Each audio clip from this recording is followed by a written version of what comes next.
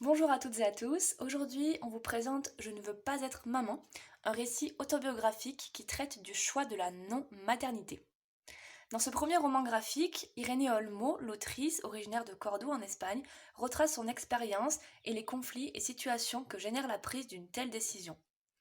Le livre est divisé en 6 chapitres qui correspondent chacun à la fois à une période de la vie de la narratrice et à une étape dans sa réflexion.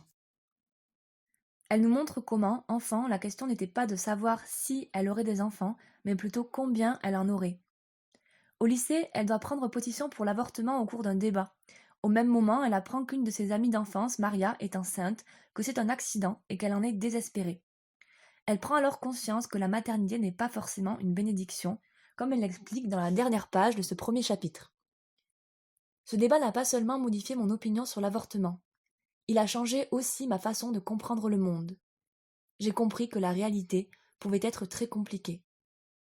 Il m'a aussi enseigné une nouvelle manière de penser, il m'a appris à dépasser l'enchevêtrement de préjugés qui m'empêchaient de voir d'autres réalités, à toujours questionner le pourquoi de toute chose et à essayer de trouver mes propres réponses.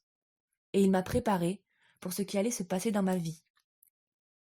C'est donc là qu'elle découvre les limites de sa propre réalité, une réalité qui jusque-là était biaisée par la tradition, les préjugés, la religion et la société en général.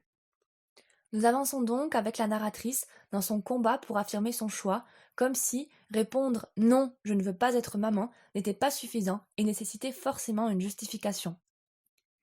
Irene Olmo dénonce également le jugement constant qui pèse sur les femmes, sur toutes les femmes, qu'elles soient mères ou non.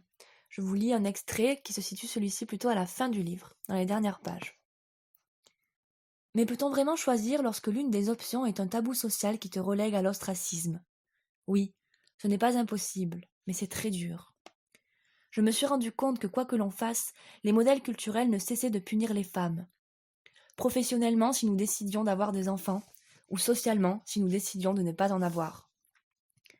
Peut-être que les non-mères représentons une menace imminente parce que nous questionnons les raisons d'avoir des enfants.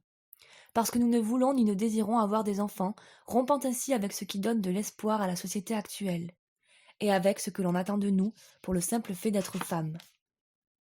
Soudain, tout semblait prendre sens, et d'une certaine manière, prendre conscience de la pression exercée sur les femmes pour être mère me libéra.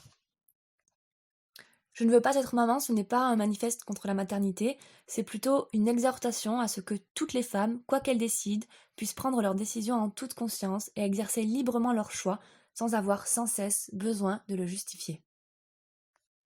Voilà, j'espère que cette présentation vous a plu et vous a donné envie d'en savoir davantage sur ce livre. En attendant, on vous dit à très vite pour la prochaine présentation et on vous souhaite une très belle semaine.